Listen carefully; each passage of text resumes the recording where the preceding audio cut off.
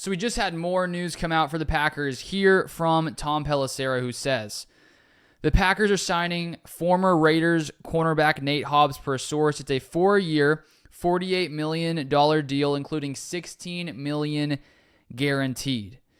So this is an interesting signing because Nate Hobbs has primarily been a slot corner during his time in the NFL. He was the Raiders' 5th-round pick back in 2021.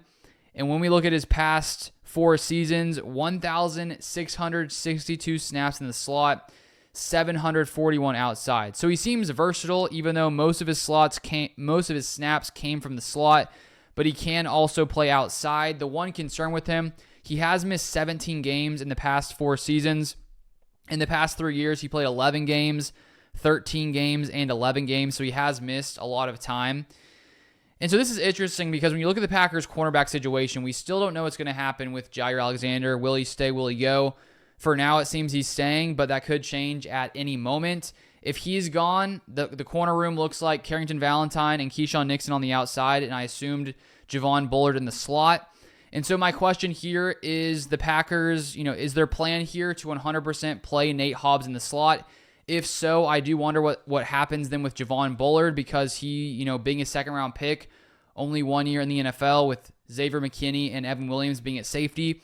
What will they do with Javon Bullard if they just automatically slot Nate Hobbs in at the slot position? I'm not sure what that would mean for Javon Bullard. And I'm also, wondering, could it be possible that they maybe even see Hobbs as an outside corner? Do they think he could play there? He played 700 snaps during 4 years with the Raiders. Maybe they see him as an outside guy. I'm not exactly sure. Maybe we'll get some information from them sometime soon. But regardless, here is a signing that does add depth to a corner room that I do think needed to add some depth. So luckily, he can play slot. He can play outside. And when we look at Hobbs and his stats here from last season in playing the slot, among slot corners, or at least players who played in the slot, minimum 100 snaps per PFF, he was 17th in passer rating allowed, and he was 13th in yards allowed per snap. So pretty good, not the very best, but still pretty solid.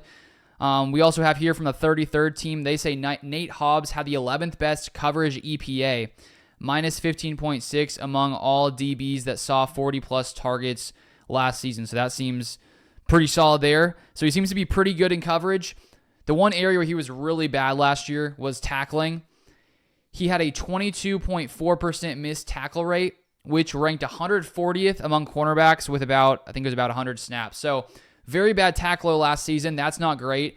In comparison, Javon Bullard was about 11%. So Hobbs missed nearly double the percentage amount of tackles last year. So that's not awesome. But I do wonder what the Packers' plan is here because I just doubt they're just not going to have, Javon Bullard being a 2nd-round pick, he's just not going to play. I'm not sure I see that happening unless they compete, and that's sort of what happens. Maybe he's depth. I'm not sure. I just think Javon Bullard, even though he wasn't great in coverage last year, he had 121.4 passer rating allowed. Hobbs had a 91.3. So no doubt Hobbs is much better in coverage, but I do think Bullard is better when it comes to tackling. He's a very explosive type player. So I'm curious to hear what the Packers say about this if they do say anything publicly in the next few weeks. It could just be that there's going to be some competition at corner. There will be competition. But regardless, the Packers got some more depth at corner, which I do think they needed.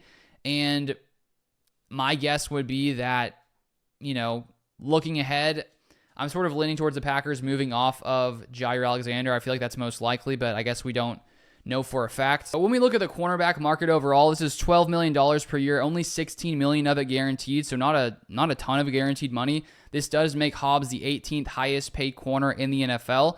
So I think that if he stays healthy, he's a guy who is a pretty solid coverage corner. And so no doubt the Packers got some depth here. We'll see what happens. Maybe he's the slot guy for sure. Maybe not. We'll keep an eye on it and sort of see what the Packers' plan is moving forward. But all in all, I think it's a fine signing. I think that, anytime you can get a guy who, has experience like Hobbs does, who's been pretty solid in coverage, it's definitely a boost for this Packers secondary.